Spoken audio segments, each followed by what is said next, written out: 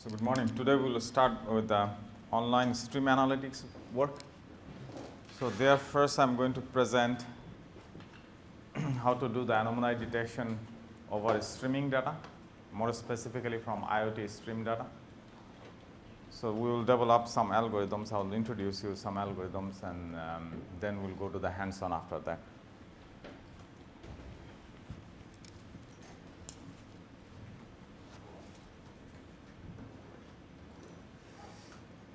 So there are two set of slides. The first slide will be used today. And the Friday I will use the other set of slides.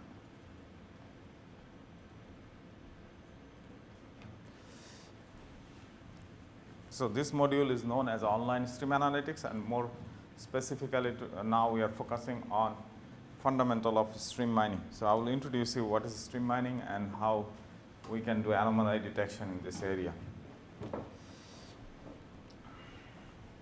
So first I will introduce you the IoT devices.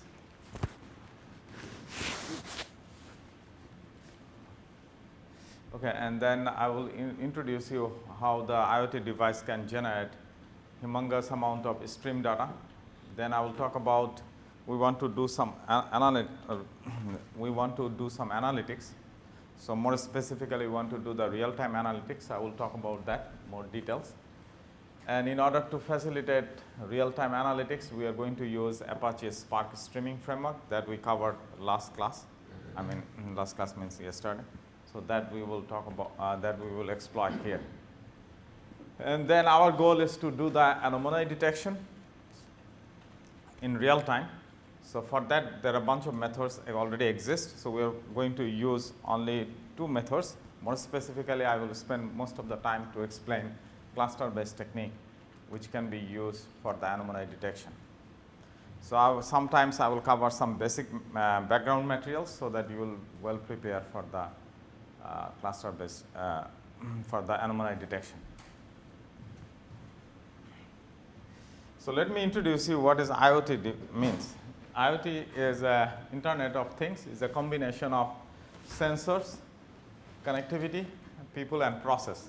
So you can think about IoT device you can think about IoT consists of sensor and actuators. They will be connected to the computing system via the network. So nowadays, there are some projection that motivates you why we need to study IoT devices and so on. So motivation is, according to Gartner, predicts that by 2020 there will be around 21 billion IoT devices. And also IDC projects 32 billion IoT devices by 2020. So you can see IoT device will be everywhere in near future. Now what will be the applications of the IoT devices? So here I just showed you some of the possible applications. Smart home, wearable devices, smart city, all these IoT devices can be used. So in terms of the popularity, if you consider the smart home uses 100% reference as a reference, 100% of the popularity, then with respect to that, 63% will be the wearable devices in terms of the popularity, smart city, and so on.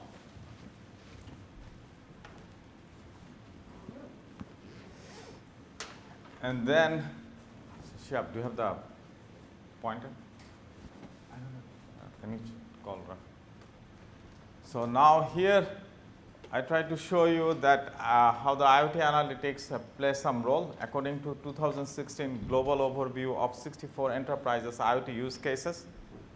So they showed that the IoT connected industry covers 22% share, smart city covers 20%, smart energy covers 13%.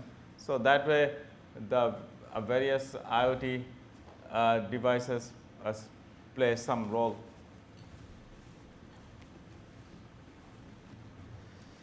Then now here I just listed some of the IoT devices and services.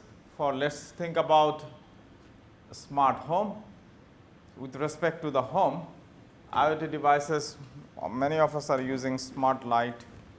We're using thermostat, home monitoring system. These are examples of the IoT applications. And then with respect to the transport, driverless car, their IoT devices will be heavily used. Then with respect to health, heart monitoring sensors or glucose sensors, these are examples of the IoT devices. And then with regard to smart cities, crime prevention, city planning, or the parking management, there the IoT devices will be used, or people are already using it. So here with respect to smart home, this is a one simple IoT device. And then here with regard to smart city, if you want to manage the parking space efficiently, these devices have been widely used. And then industrial control system, where they call it SCADA, also uses various protocols. They are that are examples of the IoT devices, but these are more complicated one. So now I just want to motivate you. These IoT devices will generate humongous amount of data, and this data will come in a continuous manner. So our goal is to do some sort of analytics on top of this data. So just think about you are capturing some environmental factors like temperature, carbon dioxide level, or other features. Now we want to, when we monitor these environmental factors, if there is a significant changes in the environment, we want to detect that. So that can be treated as an anomaly problem. So here, IoT devices will generate the humongous amount of data. So we gather the data, and then as usual, we need to clean it. So we'll do the pre-processing steps for the cleaning purpose. Then from there, we build some sort of model. Model means, in this case, just think about machine learning model or data mining model. And then we will deploy it, and then it will work for the clustering, classification, or anomaly detection, those type of things. Now, this problem is, usually once you deploy it, you assume that the model should work well forever. But that may not be the case. The next diagram will tell you we need to retrain the model. Basically, we need to update the classifier or the predictive model. If you do not update the predictive model on time or at the right time, then the model will perform poorly. So for example, this diagram, this figure represents, x-axis represents the days, and y-axis represents the area under the curve. If you remember, I tried to show you in the first day, at the end of the day, how to measure the performance of a classifier. You can measure accuracy, precision, recall. Their area under the curve can be used. So higher the number is better. So if you see here, if you build a model at the beginning of the day or at the beginning of a month, and then try to use the same model for the prediction. So you will see that sometimes the model, this blue points shows that the model is not doing sometimes well. Some days model is doing worse. So on the other hand, if whatever the model we built at the beginning, then if we continuously update the model at the end of the day or at the end of the week, then you will see that this online model, that means we will continuously update the model. In that case, model will perform well over time. So you can see here area under the curve for this online model is always higher than where we just initial model means static model, where we build the model at the beginning of those time frame. So maybe first day or second day, and then we try to use it, that is static model forever. So that model will perform poorly. So that demonstrates that we need to retrain our model. So now, why you need to retrain the model? Because some of the data points may change over time. Characteristics of data may change over time. So now the question is, if you need to update the model, how often you want to update the model? So what is the problem if I update the model very frequently. The problem is, recall that if it is a classification problem, somebody needs to provide the ground truth, right? So supervised learning, you need to provide the label and so on. So for example, in your first lab where we're talking about classification problem, when the news article comes, we want to label it.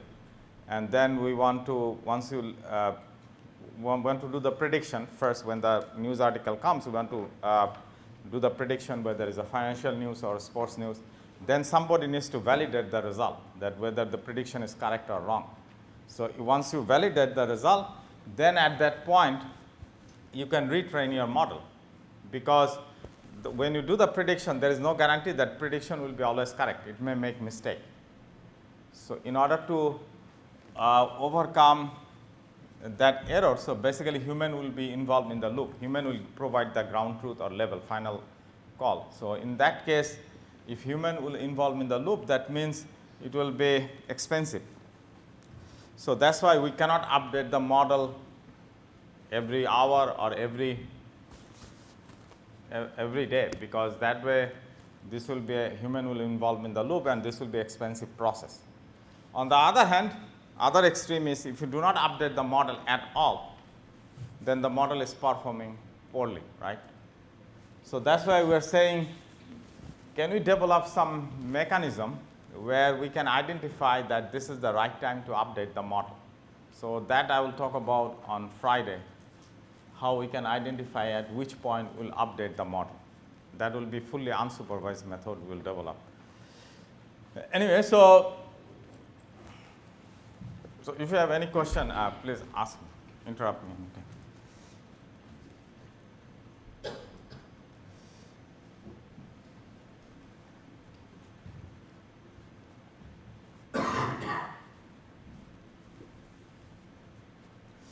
Okay, so this diagram just showed you the importance of the data point. So let's say y-axis in this case represents the data value and x-axis represents various methods like interactive analysis or exploratory analysis and so on. So you can see when we take individual data item, we want to show in the dashboard. So at that point, interactive analysis, the individual data item will have some values. But over time, individual data items values will drop. On the other hand, if you want to do exploratory analysis or historical analysis, then aggregate value of the data in aggregated form will be useful.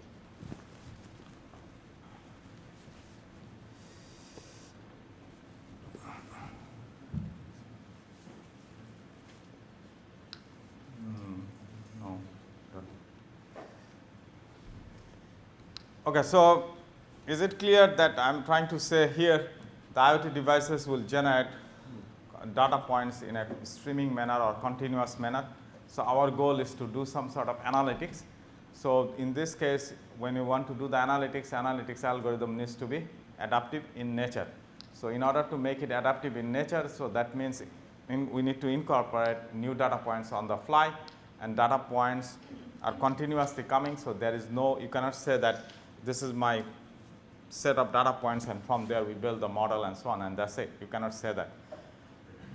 And then characteristics of data may change and the model needs to be adaptive. This type of things we are going to address today and Friday. Friday we'll talk about more details about this.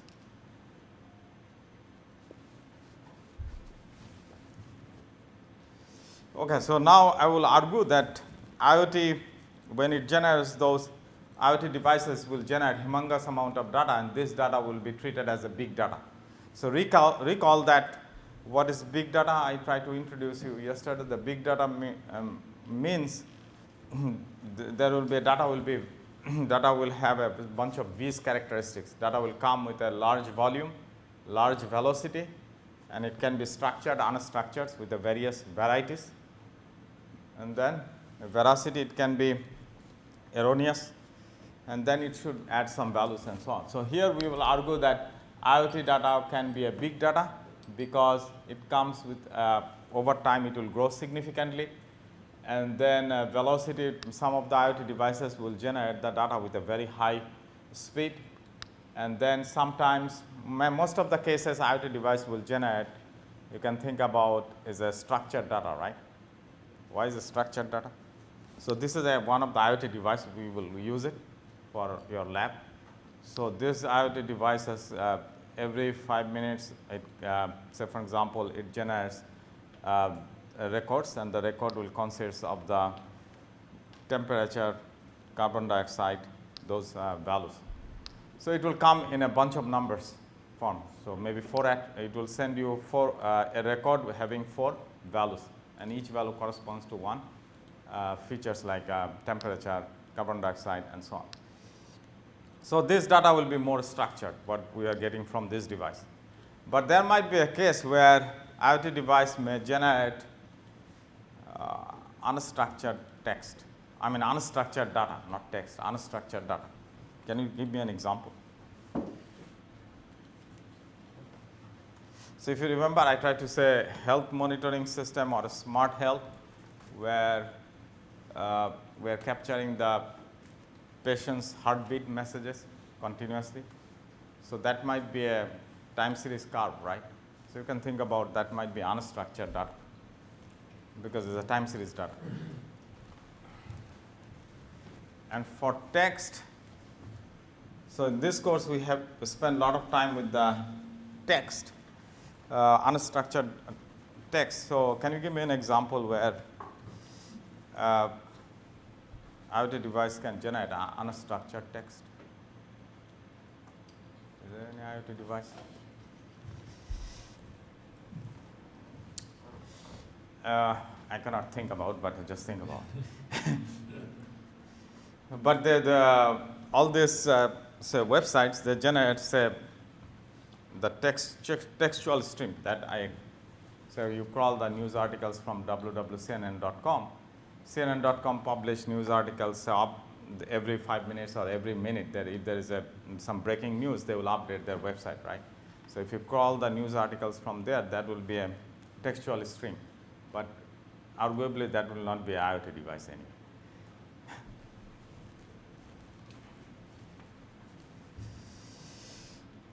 Okay, so now this is a big data. So how we can handle this big data? So let's think about in real life, you are developing a production software. You are not going to deal with only one IoT device like this. There will be millions of IoT devices, or hundred, or maybe thousands of IoT devices. You are going to capture the data continuously and do the analytics. So maybe one single machine will not be enough, and because each single machine will have its own limited RAM and so on. So what we are suggesting here, we are going to deal with the distributed computing. For that, we are going to use the commodity hardware. And basically, we are going to adopt the solution related to the Spark. Since it is a commodity hardware, what will be the problem? If commodity hardware, it may fail at any time. So we have to take care of the fault tolerance mechanism. Okay, so this goal here is to do some real-time analytics. So in order to do the real-time analytics from the IoT devices, there are a couple of issues we need to address. The first one is we need to give the response in real time. So when certain thing happens, we have to give the response immediately. So if there is an attack happens in your system, we want to detect intrusion immediately. Or if there is an anomaly happens, we want to detect that anomaly in real time. Not like after 1 hour or 2 hours, then it will be useless. So that means how we can do the real time? So that means we need to process large volume of data to handle the facilitate real-time response. And then analytics needs to be done in real time. So, but the problem is when you do real time, for example, here in the lab we are going to talk about in a minute, we are going to deal with the anomaly detection. So when we want to do the anomaly detection, our goal is to facilitate this anomaly detection in real time. So now, one of the typical problem when you do the real-time anomaly detection, or even with the real-time analytics, you will see that you will encounter very high false positive rate. So let's say what is high false positive rate? The idea here is this. Just think about an intrusion detection system.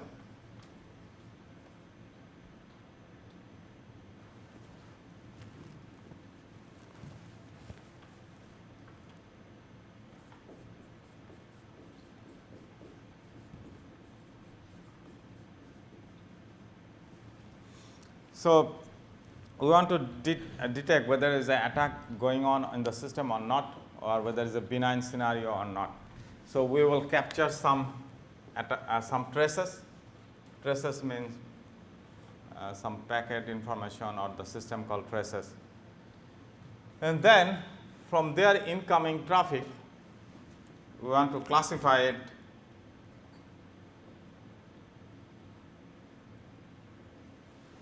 So we want to classify this incoming traffic whether it's a benign or attack. So one of the possible scenario is one extreme is you can say, why don't you say every incoming traffic or every incoming trace, you can say it will be attack. So then what is the problem? So maybe in real life, only let's say 99% cases will be benign. Only maybe out of 1,000 incoming traces, let's say 990 traces will be the benign.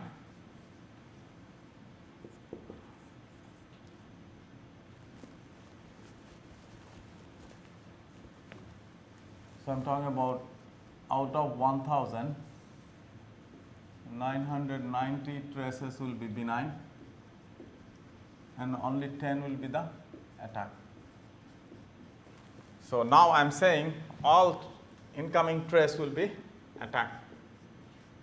So what will be your, so then if you treat attack as a true positive, in that case your true positive rate may be 100%, but accuracy will be very low, and at the same time you will have a very high false positive rate, because you are saying all these 990 benign cases, you will call them, or the model will predict them as a attack. So that will be an annoying situation, right? So you may want to, you may not want to use that system, is useless system. On the other extreme, if I say all of them are attack, all of them are benign. So one extreme is I will say all are attack, and another extreme is I will say all are benign. If all are benign, then what will happen? Then accuracy may go up, but your true positive rate will be 0, and you cannot detect any attack. So that's also a useless system. So that's why when you do the anomaly detection or in cybersecurity, when you apply machine learning, you need to make sure that your system should not have only high accuracy, it should have a low false positive rate. So there is one problem is when you try to improve TPR, true positive rate, you will see that false positive rate also goes up. So that is a problem we need to address. So here, since we are trying to do a real-time anomaly detection, so there is a possibility that false positive or false alarm may increase. So we need to our goal is to minimize that.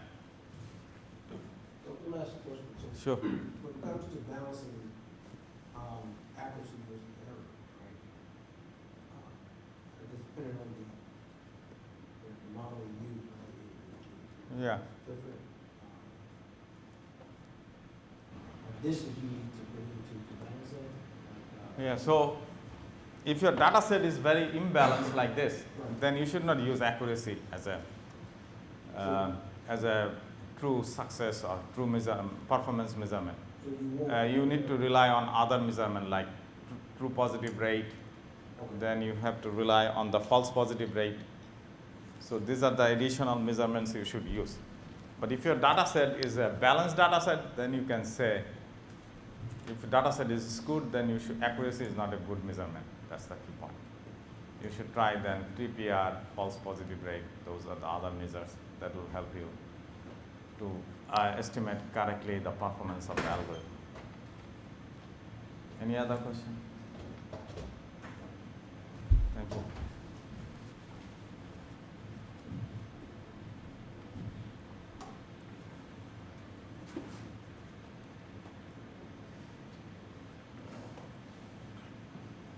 So the key point I'm trying to make in this slide is we want to do real-time analytics. So in order to facilitate the real-time analytics, we are going to use distributed computing, basically Apache Spark streaming that I covered in the last class. So that exploits some of the distributed in-memory processing. That way we'll give you the speed. Now for this lab, we will focus on the anomaly detection. So let me introduce you what is anomaly means. So anomaly means we will have some expected behavior. So if there is a significant changes from the expected behavior, we call it anomaly. So here is an example. Anomaly can be used. Sometimes anomaly detection can be called intrusion detections, outlier detections, and so on. So if I have a two-dimensional data like this, so if I ask you which one is the outlier here, which point? So from this red dot will be an outlier, right? So this will be as a noisy point. So in this case, all of these points, these green points represents the benign behavior, or represents normal behavior, or represents the normal model. And if I have some points come like in this area, then I call it outlier or anomaly. And anomaly detection can be done through the point basis, detects an anomaly on a single data point. Like when the email message comes, I want to categorize it whether spam or non-spam. So there I can, I assume that most of the email message will be non-spam. So I can model it, those non-spam behavior well. And when the incoming email message will come, when I receive the incoming email message, I will try to do the prediction whether it's a non-spam or represents the benign behavior or benign characteristics. If it is, then we can call it non-spam. Otherwise, it will be an outlier or spam. And it is possible that multiple data points may come together and form the anomaly also. But that might be a little bit complicated to detect.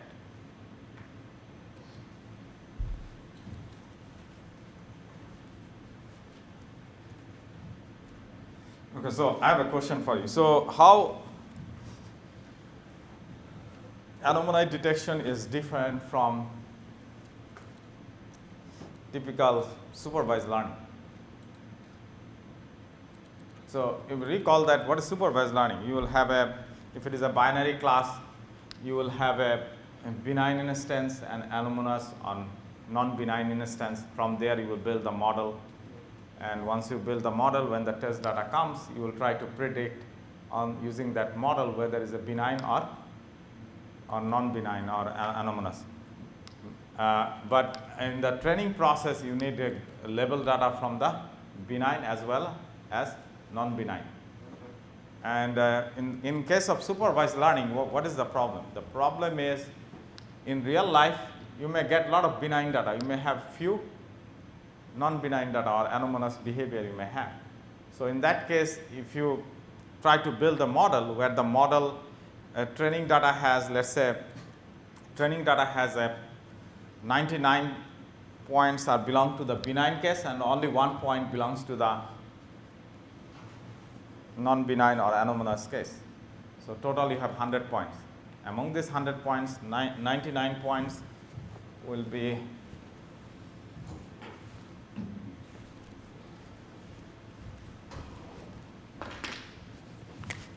so I'm saying we have total 100 training points.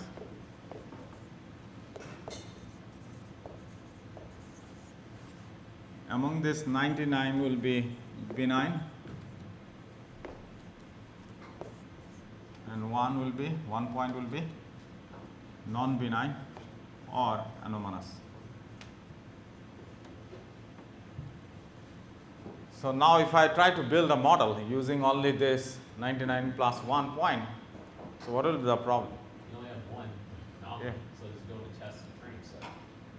Yeah, so when the test data comes, probably it will be very difficult to predict the anomalous behavior, because most of the cases when the test data comes, your model will predict them as a benign. And if you try to use SVM or decision tree with one negative example or one anomalous, one data points from a different minority class, it will not work. So this is the problem what we face in case of anomaly detection and so on. So what I'm trying to say here, this type of scenario, supervised learning may not work very well.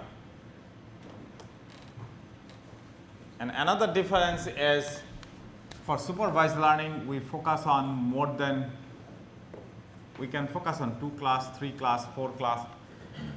But here, for the in case of anomaly detection or outlier detection, we focus on basically one benign class, and the rest will be outside of that it will be known as outlier or anomalous class. Yeah. Are there any techniques where people try to generate more anomalies in the training set? Yeah. So one way you can do it, so they call it. So here we have this is a majority class, this is a minority class, right? So we'll do the undersampling here, undersampling. That way we'll reduce the size of this number of instances will be reduced from the benign class, and we'll do the oversampling here. So this is one way. If you have, let's say you have a 3-4 anomalous points. So there is another approach. There is a tool called MOTI. If I write it down correctly. So this tool is available publicly online. So MOTI, so that what they do, they create some artificial points. So in this case, between this benign and anomalous class, it will create some artificial points for this anomalous class. And then those additional points, artificial points, will be now part of this anomalous class, and from there we'll try to balance it a little bit. So that's one way you can do it. So if you don't find this tool online, let me know. And during the lunch break, I will give you the link. That tool is very useful. Again, once you create those artificial points, you can improve the accuracies, not that much, maybe 5-6% what we observe in our case. But in general, for this type of case, when you have an imbalanced data set, majority class we do the undersampling, and minority class will do the oversampling. And MOT approach, what they do, for the minority class, they create some artificial points. And those artificial points will be used for the training, along with the original raw minority class instances we have. Any other question?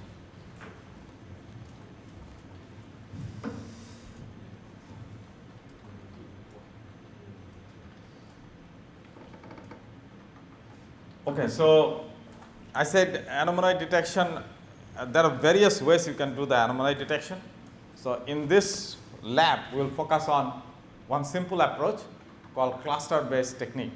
So we will model the benign behavior or benign characteristics using clusters. So we will have some raw data that we assume that represents benign characteristics, and we apply some simple clustering algorithm and build small clusters.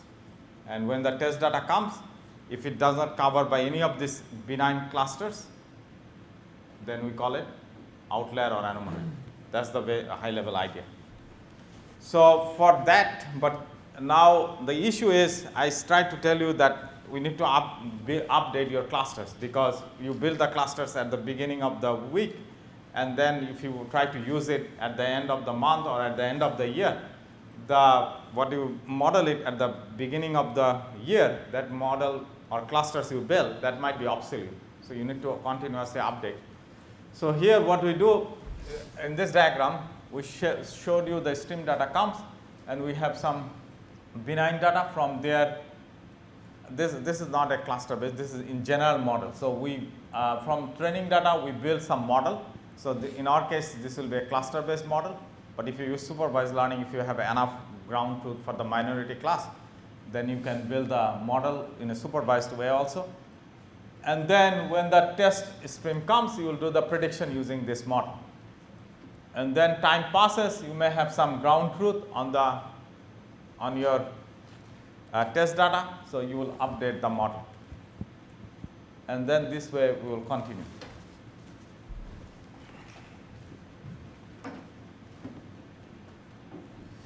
So now in our case,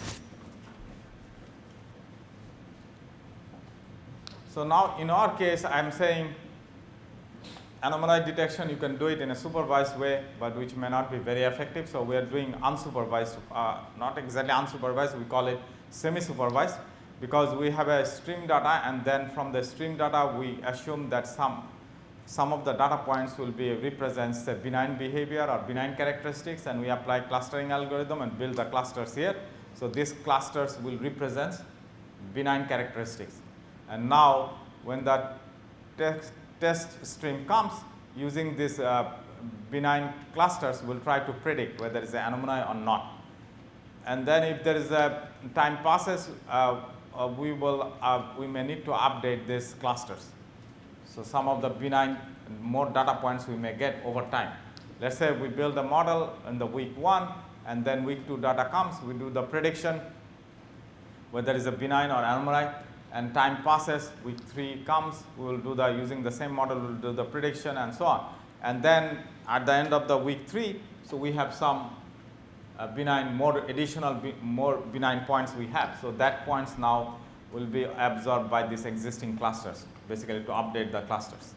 So that's the type of thing we're trying to say here. When you say update the model, means we may have additional benign points will gather over time.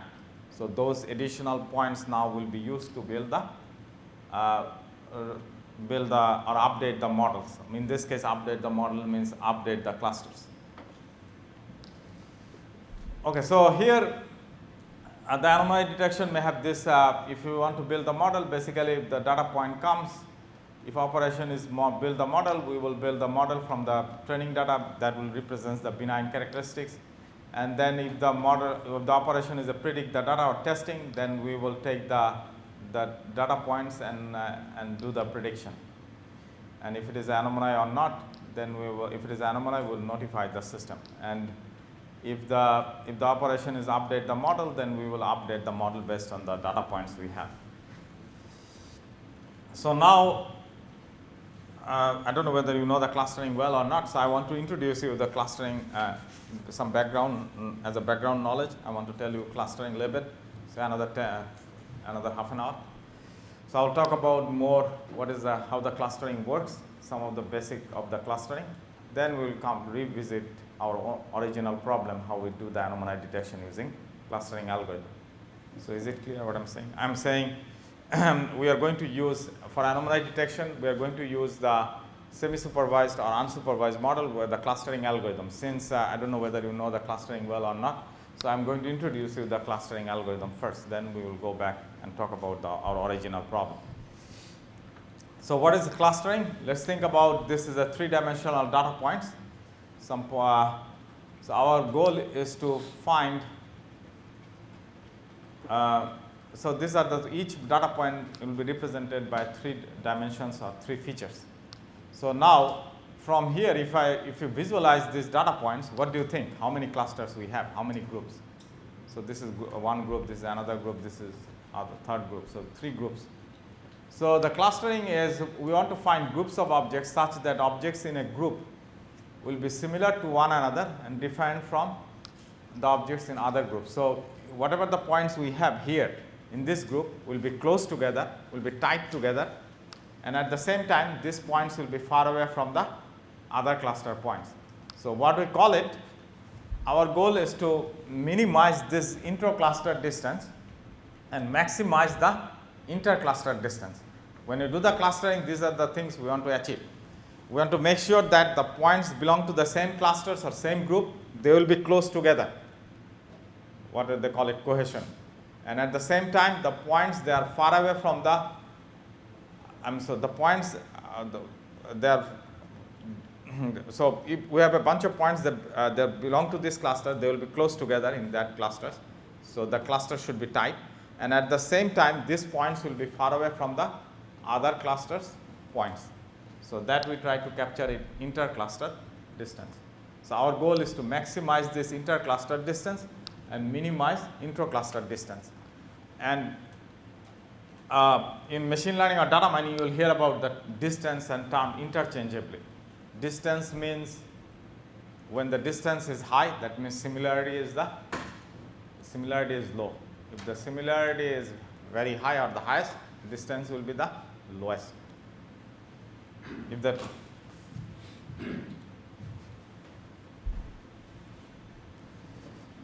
okay, the clustering can be two types, hierarchical and partitional clusterings. Partitional means is a flat clusterings. Hierarchical means it will form a tree or hierarchy. Okay, so here is a partitional clustering. So we have a bunch of two-dimensional data points like this. And then if I want to build three clusters, so it will produce three clusters like this, one cluster here, one cluster here. And so this way three clusters will be created. And this is called partitional clustering or flat. And then hierarchical clustering, let's say we have a P1, P2, P3, P4, total 4 points I have in a two-dimensional space, and I want to build a hierarchy or tree.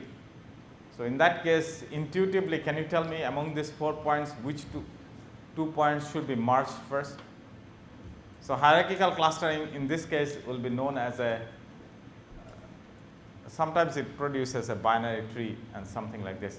But here, if I ask you which 2 points I should merge first, I think 2 and 3. They look like they're closer together. No, if you calculate the distance between this and distance, P1, P2 are far, I agree. And yeah, the candidate might be P3, P4 merge or P3, P2. But distance-wise, you can see P3, P4 is closer than distance between P2 and P3. So therefore, this cluster, these 2 points will be merged first. Once you merge these 2 points, we'll have a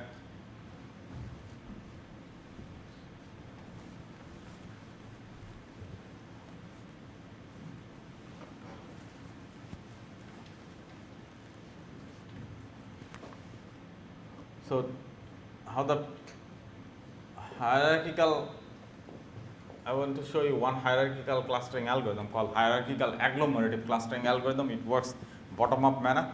It constructs a binary tree. So at the beginning, every points will be treated as a singleton clusters. So now this is one cluster, this is another cluster, so 4 clusters I have. So I will merge 2 closest clusters first. So in this, according to this diagram, these 2 clusters will be merged together. Basically, this P3 and P4 will be merged together, and now we will have a 3 clusters, P1, P2, and P3 union of P4. So I have a P1, P2, and this union clusters. So next I have to decide which one I want to merge. So I have these clusters, I have this singleton cluster and this singleton cluster. So I have total 3 clusters, I need to merge 2 of them next. Which one will be next? So that depends upon the interpretation, because this cluster has now 2 points. So if my definition is the nearest one, then probably this cluster's nearest point will be this distance is minimum, so probably I will merge. Instead of merging P1 with this, I need to merge P2 with this cluster. So that way I will merge like this, right? And then the last one will be easy, because we have now two clusters, P2 union of P3 union of P4, and then we have a P1. So simply we can merge that and produce a one cluster like this. So that way hierarchical agglomerative clustering has been constructed. When we talk about hierarchical clustering algorithm, hierarchical agglomerative clustering algorithm is widely used, is very popular. Okay, anyway, so my objective is not to teach you hierarchical clustering. I just want to teach you the flat clustering or partitional clustering. So that will be used for our anomaly detection. So one of the widely used partitional clustering algorithm is called k-means. Who doesn't know k-means? All of you know k-means. Okay, so the for k-means is widely used for clustering algorithm. It has its own limitations. For the algorithm, you have to say how many clusters you want at the beginning or in advance. You have to provide k. And then this algorithm is also sensitive with the initial centroid selection. So, okay, so k-means clustering algorithm is a partitional clustering approach. Each cluster will be associated with a centroid or a center point, and each point will be assigned to the closest centroid. So, I will explain that in a minute. And number of k you have to provide. The basic algorithm is very simple and straightforward. That's one of the reasons why it has been widely used. So, if I want to build 10 clusters at the beginning, let's say I give you 1,000 points, and I ask you, let's build from this 1,000 points, and each point will be represented as a vector, right? If you recall that for the text document, the news articles we crawled from the websites, it's 1,000 articles we crawl, and each article will be represented by vector form. You know how to generate the vector, right? Now, if I ask you, let's build 10 clusters. So we are going to use the k-means. So the idea here is we will randomly select initial centroid. From this 1,000 points, we will randomly select 10 points as the initial centroid. And then we try to build 10 clusters. There will be a repeat until loop. And these steps, line number 3, each point we try to determine membership, which cluster it should belong to. And then line number 4, we try to update the centroid. And this algorithm will continue until the points are not moving. In other words, when the centroid becomes stable, that means no point is moving from one cluster to another cluster. At that point, the algorithm will converge. Okay, so that's why I said for each cluster will be represented with a centroid, and when in the membership determination, we will take each point and try to determine which cluster it belongs to. So how we can determine it? At the beginning, we said we have 10 initial centroid, basically 10 clusters. For k-means, we are running it for k equal to 10, we have 1,000 points. So what we will do?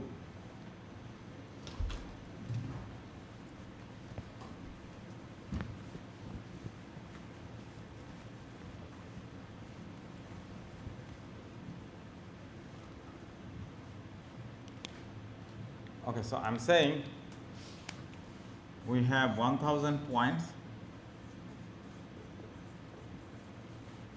and randomly we select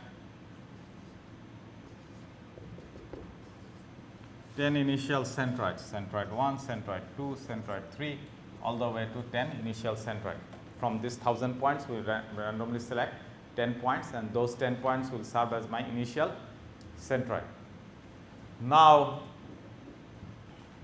I will go through I will take each point and walk through this step 3 and step 4. Line 3 and line 4. So I said line 3 means you will determine the membership. Line 4 means you will update the centroid.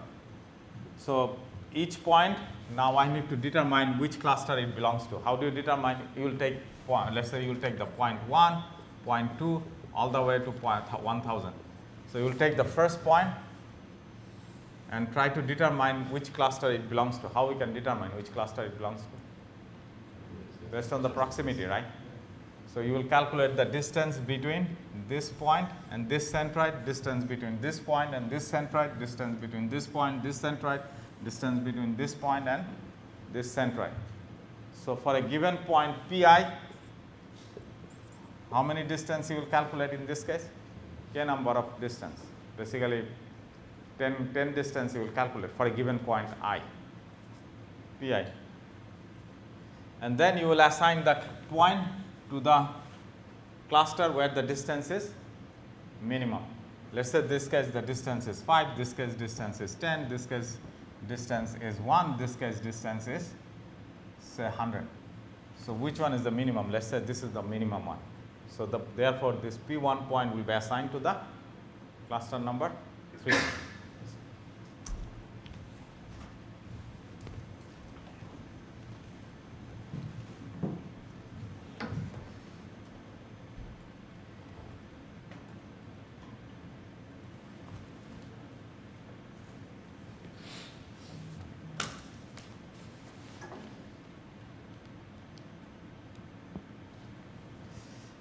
Okay, so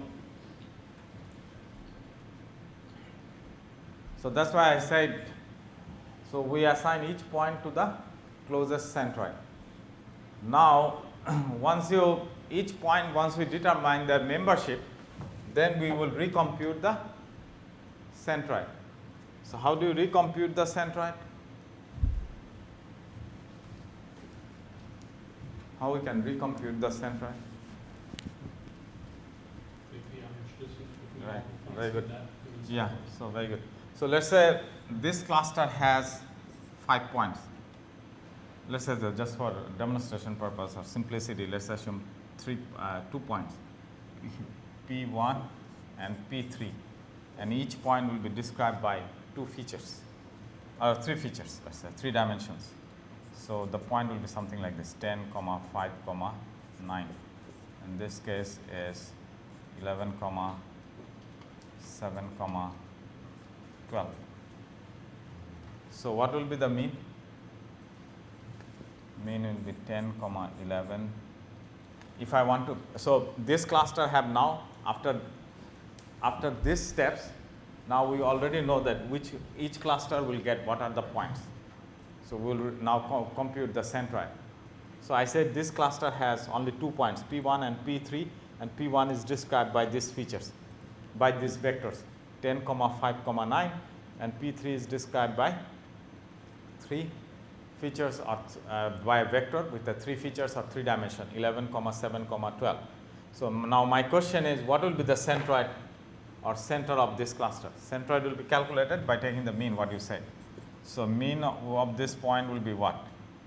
Basically 10, 11 divided by 2, 5, 7 divided by 2, 9, 12 divided by 2. So it will be 10.5, 6, 21, 10.5, right?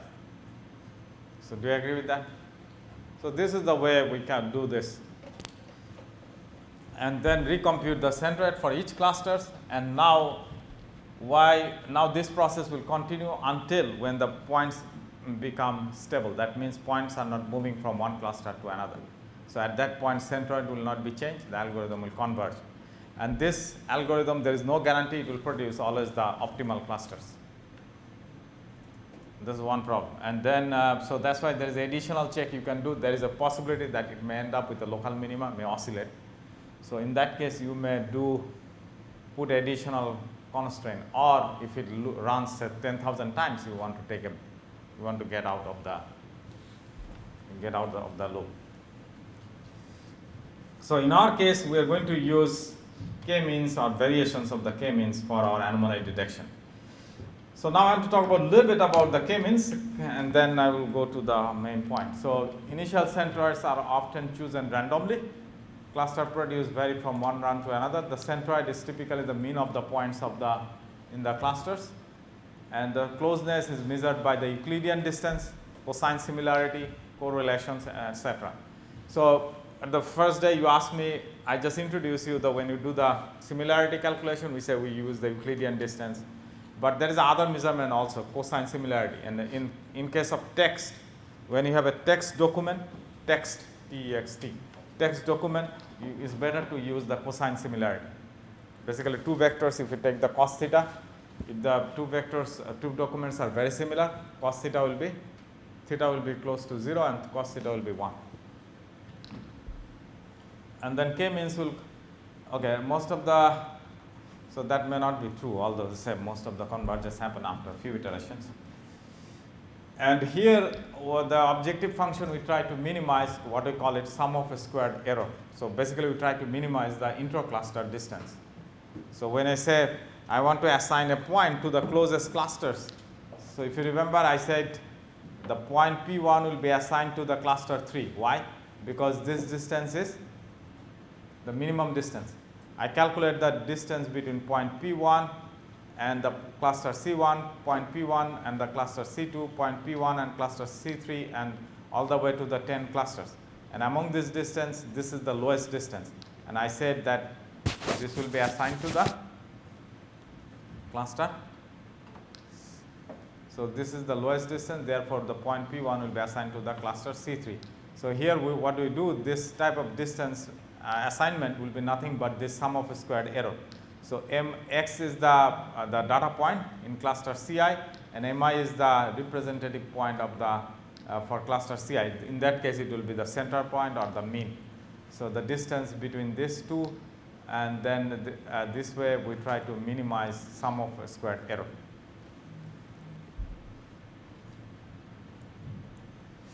Okay, so what I try to tell you, this diagram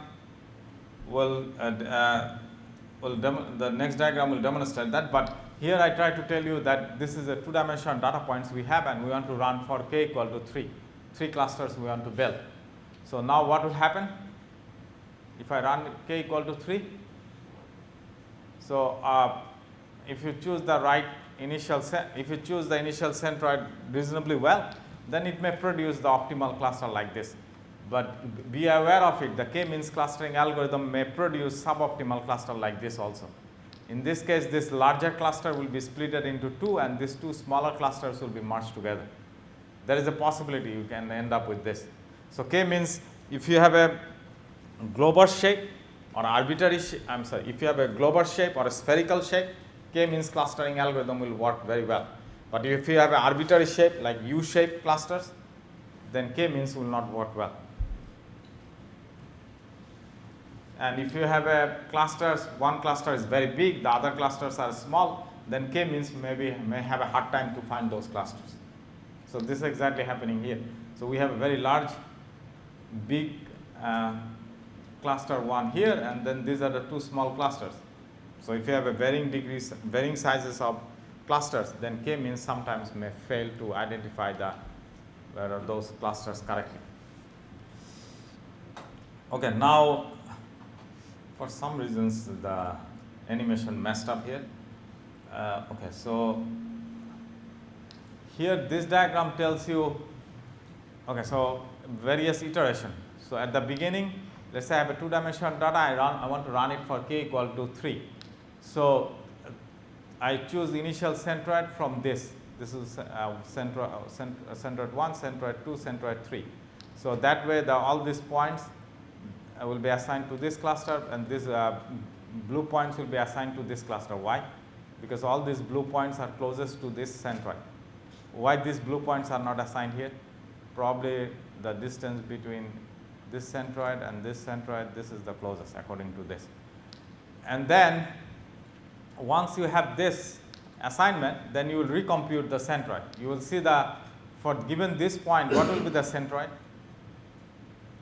Given this set of points, the centroid should not be like this. What will be the new centroid? Somewhere here. So you can see the centroid has been changed. Then based on that, you will update the membership. So once you update the membership, some points may move from all clusters to from one cluster to the another cluster. So in that case, you will recompute the centroid. So this process will continue until you will see that no points are moving.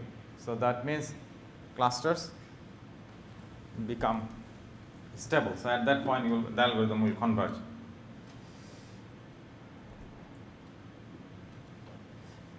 So this algorithm it has 2 limitations I tried to tell you. One is it is sensitive to the initial centroid, and the other one is you have to provide the k. So since it is sensitive to the initial centroid, how we can overcome that?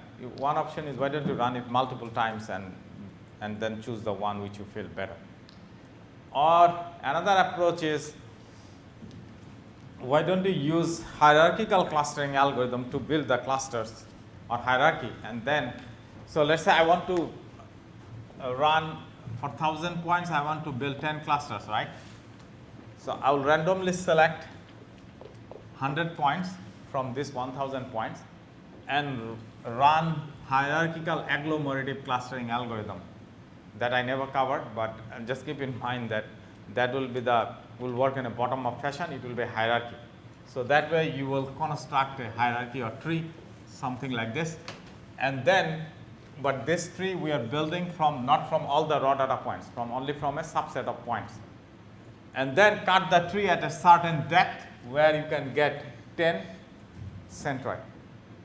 And those, basically you will get the 10 points. And those 10 points will serve as the initial centroid for your k-means clustering algorithm. And then you will take all these 1000 raw data points and build the clusters. So that way you can do it. But there is another algorithm which works reasonably well. Is a heuristic based approach. What we do, take the most widely separated points as an initial centroid. What does it mean? It means from this 1000 points, I'll randomly select 1 point. That will be my first initial centroid. Then I will take the second point from this 1000 point, which will be the farthest from this point. So that means you will take, with respect to this point, you will calculate the distance from the rest of the 999 points. And you will take the point which is gives you the maximum distance. So that will be the, let's say this is the second point which is the farthest.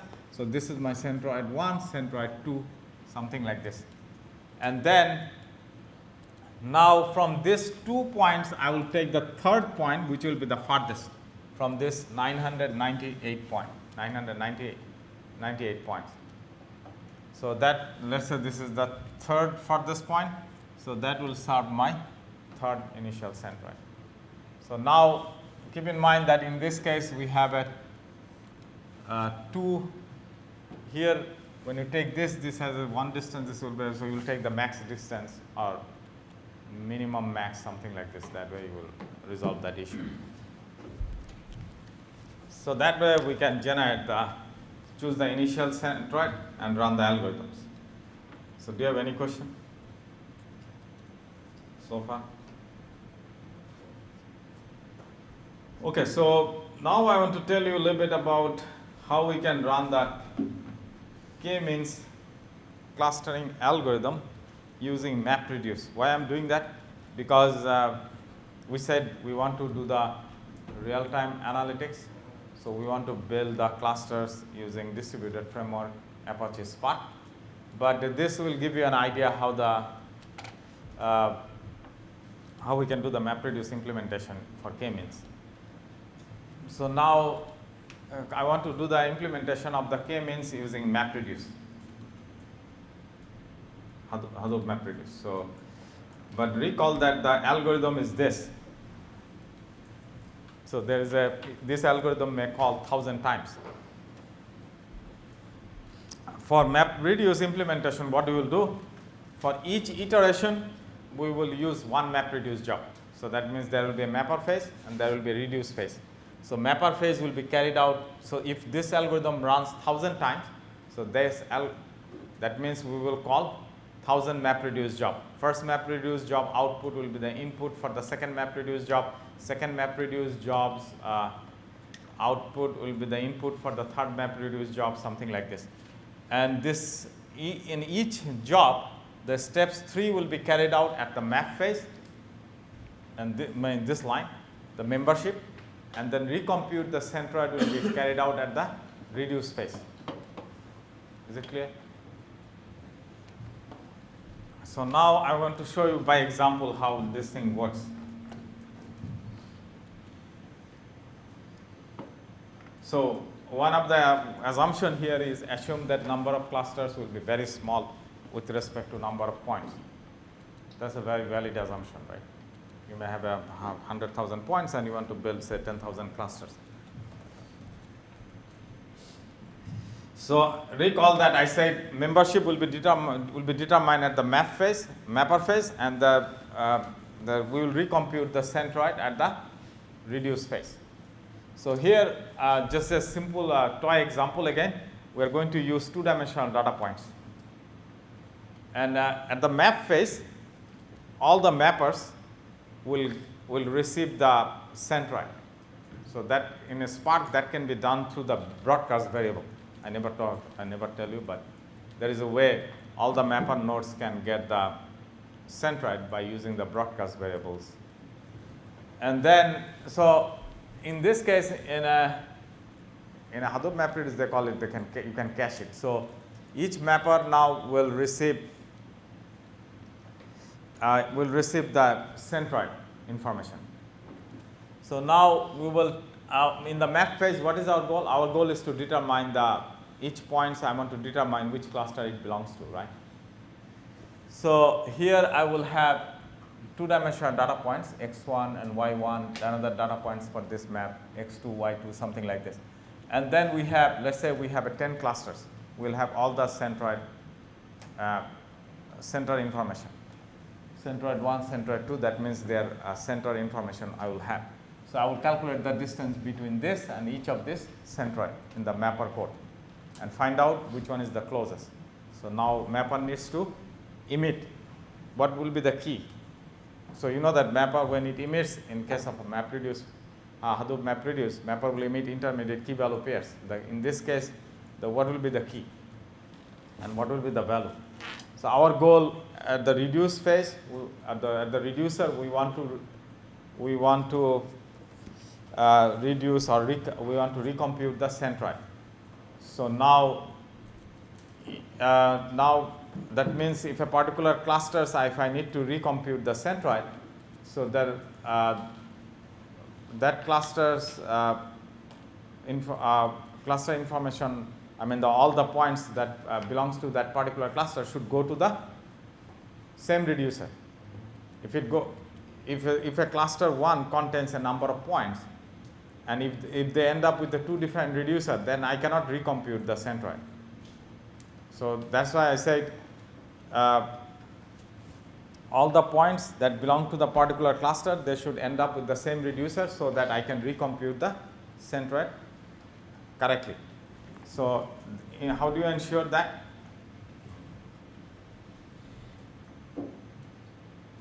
So that can be done through the following ways.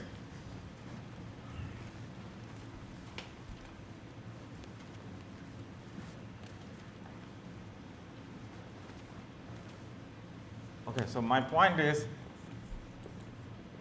mapper will take the bunch of points, and then it has all this cluster centroid, right? C1, C10, that we get it through the broadcast variable or cache.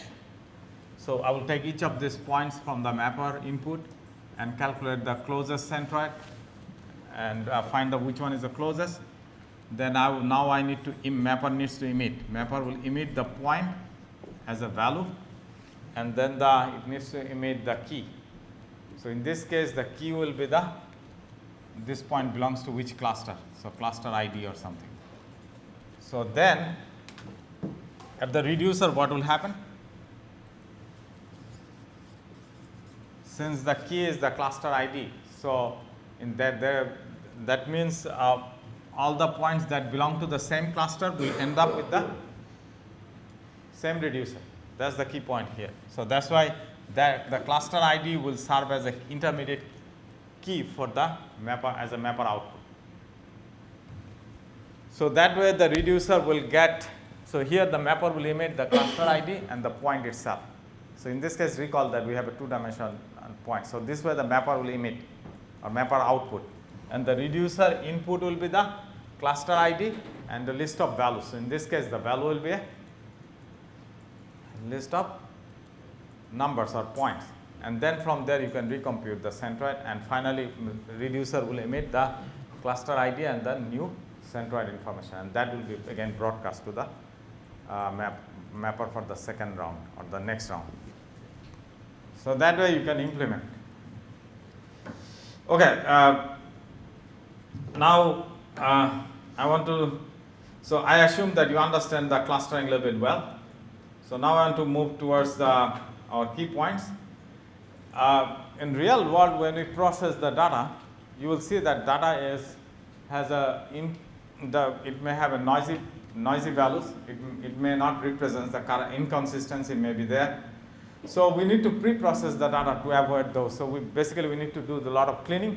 So in this case, I will show you one specific problem, what we call it the transformation, normalization and aggregate. In our case, we need to normalize the data. So each record will be described by a set of attributes. Say for example, one record may be described by an attribute called age, by another attribute called salary, another attribute called say number of credit card. So some cases number might vary from 0 to a couple of millions, so salary range, and then age may vary from 0 to 150, number of credit card may be 0 to 10.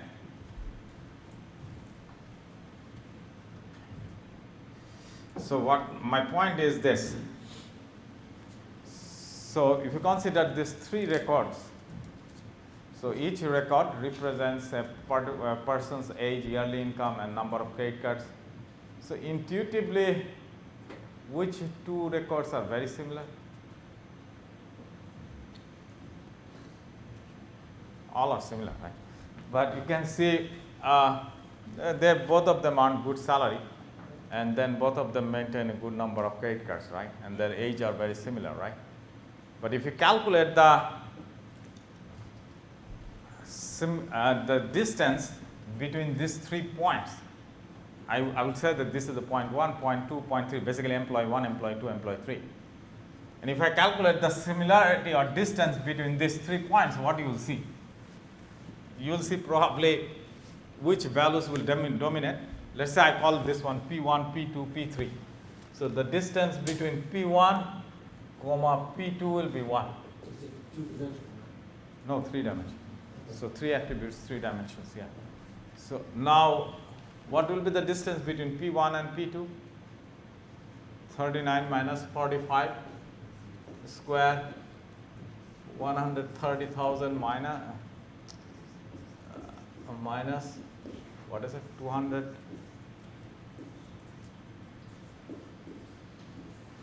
plus 4 minus 5. And on the other hand, distance between P1 and P3 will be what? 39 minus 22 square, 130,000 minus 70,000, 4 minus 1. So my point is, in this distance calculation, which value dominates a lot? Which are attributes? Salary, right? This one dominates, right, in this distance calculation or similarity calculation. So that's why we need to normalize each attribute values.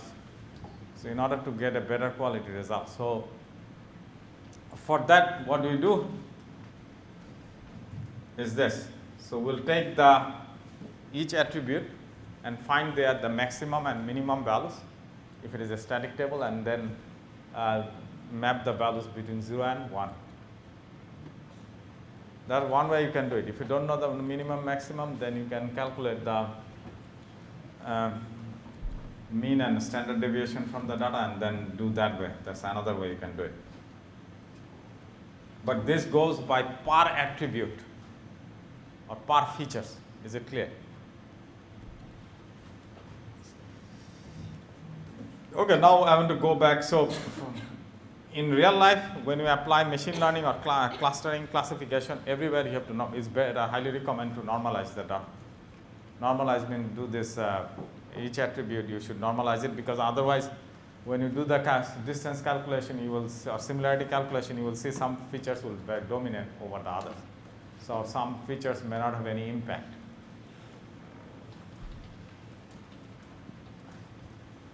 So now I want to talk about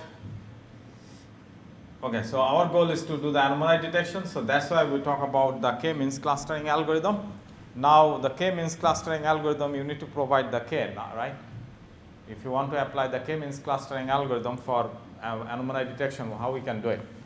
One way is we will have some benign data, and we apply from this benign data k-means clustering algorithm, build small clusters, but we need to provide the k, and then when the test data comes, we will see that any of these clusters covers the test data or not. How we can estimate whether it covers the test data or not, the cluster covers it or not, how I can detect it. So if I use the k-means clustering algorithm, the idea is very simple. So I will have some benign data. Let's say this is my bunch of benign data points, and I have a benign data points here. So I will build clusters. Let's say I build k equal to 3, 3 clusters will be built. So this is one cluster, this is another cluster, so these 3 clusters will represent benign characteristics of data. Now test data comes, I want to label it. This test data is a benign or anomaly. So what I will do, I'll take this test data and now compare it in vector form and compare it with each of these clusters, right? How can I compare it with each of these clusters? So we have each clusters, I have the centroid, right? I'll calculate the centroid. So I'll calculate the distance. Let's say this distance is 10, this distance is 15, this distance is 25. And I also know that now I need to know that this test data is covered by any of this cluster or not. How I determine is it covered by? So one way you can, each clusters you can calculate the radius of the cluster also, right? So this is the farthest point, right? So that will be the radius. For this case, what is the farthest point? For this cluster, this is the radius. From this is the farthest point, this will be the radius, right? For this cluster, let's say the radius is in this case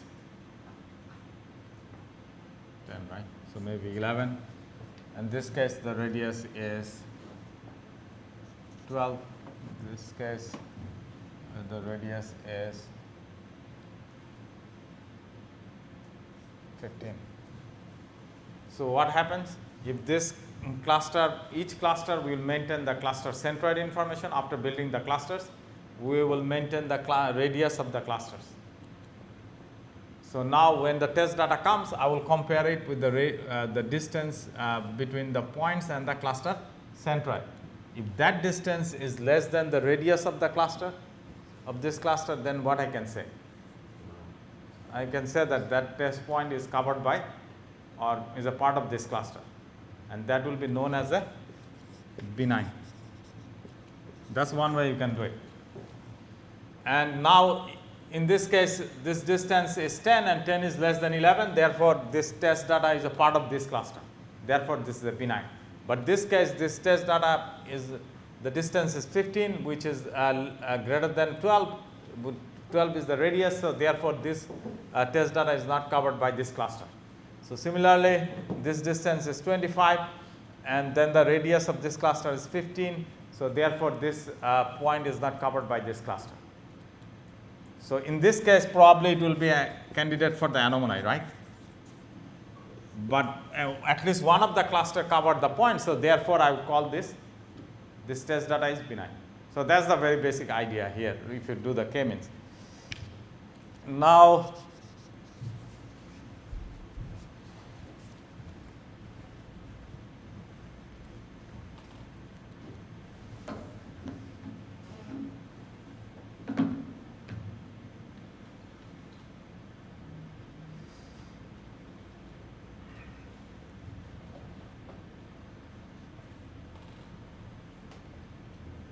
so you can use the k-means, that's not a problem. One way you can do it. But in our work, we are not using the k-means. And we are using incremental clustering, but these are similar variations of k-means. So there is a reason why we are using incremental clustering. The reason is this. In real-time computation, might be very difficult to determine k in advance. And then also, we may not know the total number of clusters at the beginning, so that's why we are not using it.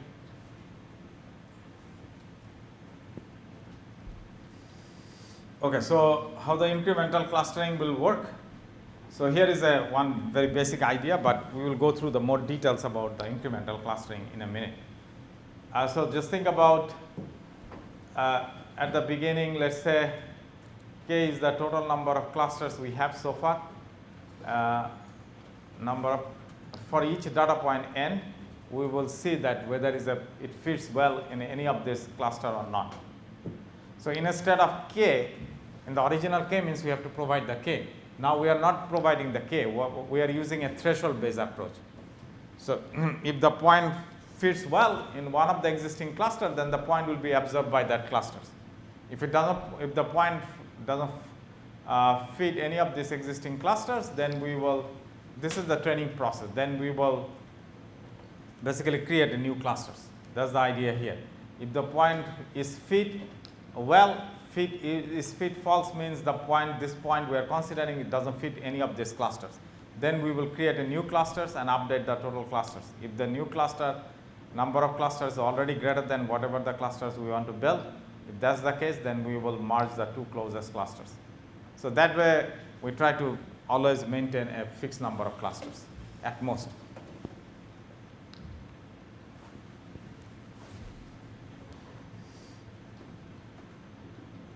Okay, so here we have the anomaly detection. We want to do it in real time. So the idea here is we will have some benign data at the beginning offline. So from there we build a model. So this is the training data points that represents the benign data. So from there we build small clusters. So instead of applying the k-means, we are applying, say, incremental clustering algorithm. So what is the incremental clustering algorithm we're doing here? So we'll take each of the data points from the training and build the cluster. So build the cluster, just call the fitness cluster find out whether the points fits any of the existing cluster or not. If it doesn't fit well any of the existing cluster, here is the explanation I will tell you in a minute. If it doesn't fit well, then we will need to create a new cluster. So create a new cluster and the total cluster will increase. Otherwise, if it fits well one of the existing cluster, then we will update the cluster centroid information. Basically, that points will be absorbed by the existing clusters. So in that case, update cluster means we will find which cluster it will be absorbed, and then we will update the centroid of the clusters. Basically, centroid now will be updated. I have 10 points before, now we have a new 2 points or 1 more points. So I will take weighted method like this. So let's say your mean was before 10,5 and total we have 10 points here in these clusters, and this is my mean in a 2-dimensional space. A new point comes, a new point has a 7,6.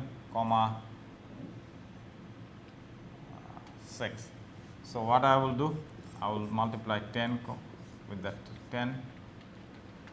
7 times 1 divided by 11, comma 5 times 10, 6 times 1 divided by 11. So that I call it weighted average. So there are various ways you can do it. Just I show you one simple example. For now, how we do the fitness, find out whether the incoming training point belongs to one of the existing cluster or not. So what we will do, we'll have a maximum similarity and try to find out whether the incoming training points belong to one of the existing cluster or not. So there we try to determine here that. So max similarity, similar cluster index -1 means so far it doesn't match well any of the existing clusters. So for each cluster k, whatever I have so far, I will calculate the Euclidean distance between the point and the centroid of that clusters. And if that distance is, we reverse it, find the similarity. If that similarity is greater than some threshold similarity, that means it is a part of the clusters. So if that's the case, then we will capture that cluster index and return that. So that way we find the closest. What I'm trying to say here, there is a possibility that when you have a training data point comes, that may fit well more than one clusters. You will choose the one which gives you the maximum similarity. So that's why we're doing all of this trick here. And then for speeding, we are going to use the distributed framework and Spark streaming that I already covered in yesterday. So this work actually we did a couple of years back. So here two techniques: anomaly detection over IoT data stream. We can do it using Spark. One is the cluster-based approach that I tried to introduce you a little bit. And here we use the flat incremental clustering algorithm, as I told you. And then cluster on benign training data only with the number of clusters not being fixed beforehand. There is another method, we are not going to cover it, but that is more a statistical method. We'll tell you a little bit later. So for your hands-on, previously when we did the experiment, we focused on a different data set. We focused on the VMware performance data. You know that VMware virtual machines produces CPU. Periodically we capture their CPU uses, memory uses, and then try to find out which VM is a memory hungry or CPU hungry at a certain point, what we call it anomaly. So instead of, in the past, that way we try to determine the anomaly detection, but now the domain has been changed. We focus on these IoT devices, and here I just show you the broader picture. Bunch of IoT devices will generate the data, and this data will be captured in real time using Kafka that you learned it yesterday. So, and then Kafka, this will be now the producer, right? And then the Kafka, we will put into the Kafka, what is it called? In the Kafka we maintain what is it? We go to the topic, and under the topic it will go to the partition, and partition will have a replication, right? And then we do some training offline. So from there we build the model. So in this case the model will be built using the using incremental clustering algorithm I told you just couple of minutes ago. That way we build the model, and then when the test data comes, it will go through the Kafka, and from the Spark streaming will fetch the data or pull the data from the Kafka queuing system and then do the prediction. So training phase, we will gather the data from IoT devices and store it in the database, so that we can skip it, but for historical data we do that way, and then build the clusters. You can do various ways, not only the k-means, you can do even supervised learning, that's not a problem, but just for demonstration purpose, in our case we are using incremental clustering algorithm to build the clusters. And when the test data comes, it will go through we want to facilitate real-time anomaly detection, so for that we are using the Spark streaming. It will pass through the Kafka, then Spark streaming will consume that data and run the analytics algorithm and do the prediction. And incoming test data instance falls into one of the clusters, it will be benign. If it outside of all the clusters, then it will be an outlier.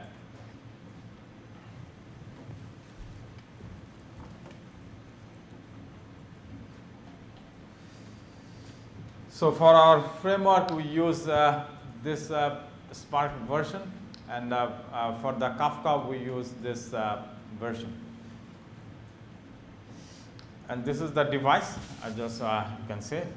And so this device we call Foodboard Indoor Air Quality Monitoring System, and it will produce, these are the sensor values: temperature, humidity, carbon dioxide, particulate matter, and volatile compounds. And our goal is to, so we gathered from this device some historical data, more than 1 week data. So the device has a limitation. It produces 200 data points per day. Basically, we get 200 readings per day. And our goal is to determine the anomaly. So if I deploy it most of the time we capture the data from within this building, but I hope once it is deployed and outside, it may produce a lot of anomalous data points. So here are some example data points we are getting. So this is the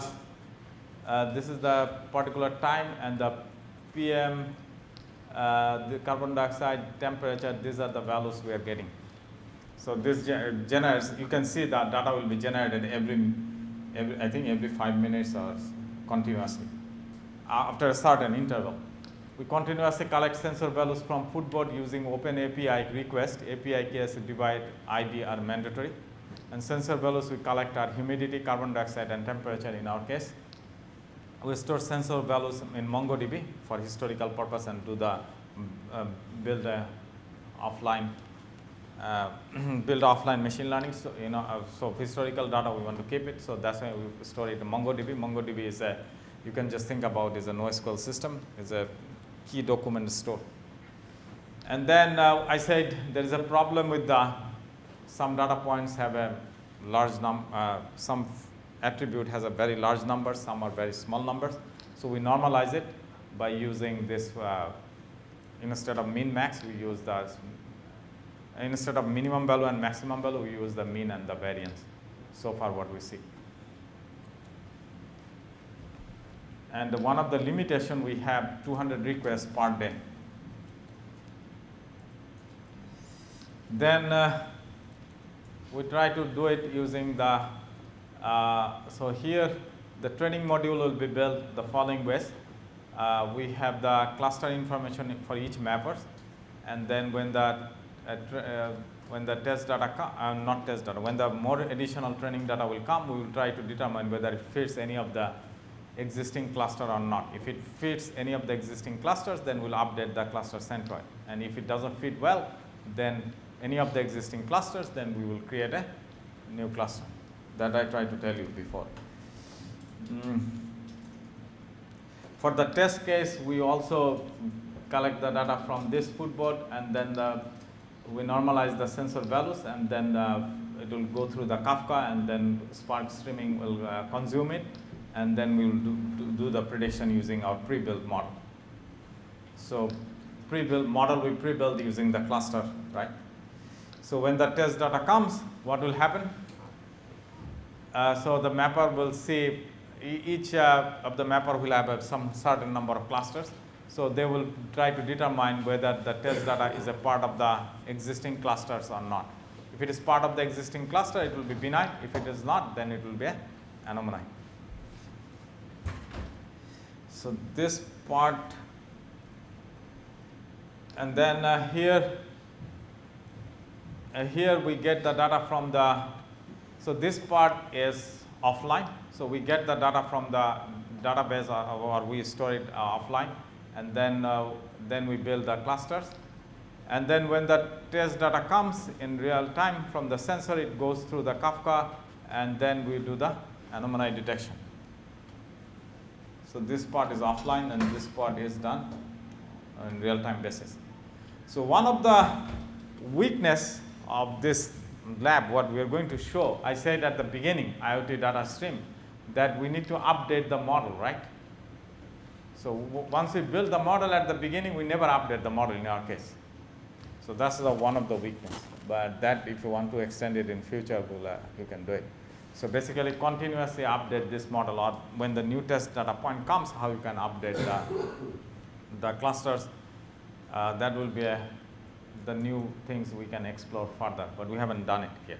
So for this work, we build the model at the beginning and test it using that model for a long time. That's one of the weaknesses we have.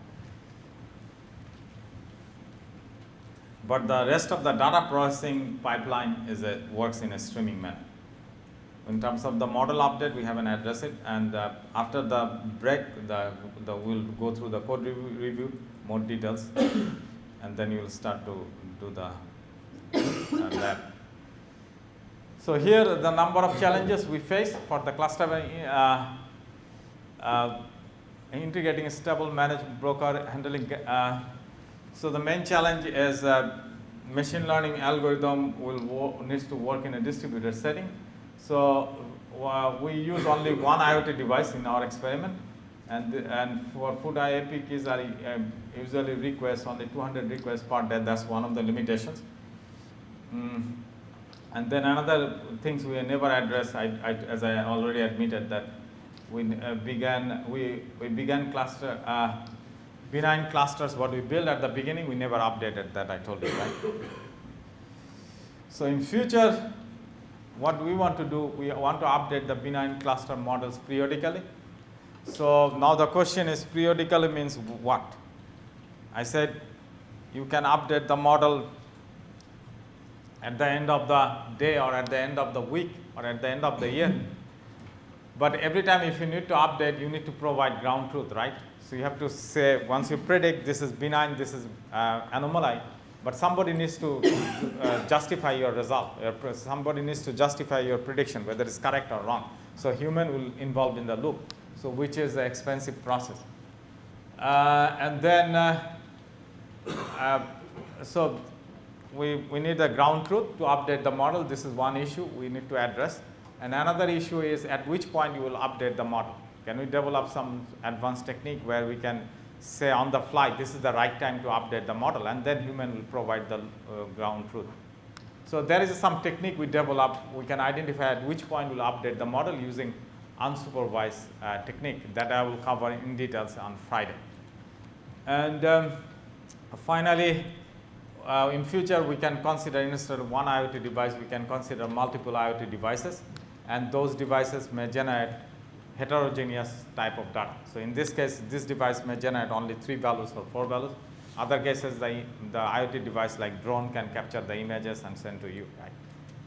So how you have, when you have a different types of data, how you can mix them together, that might be an issue. And I know we just tried simple, what we call it, so-called variations of k-means, but we can try other clustering algorithm, and even we can try classification algorithm. In this case, we can use one-class SVM to deal with that.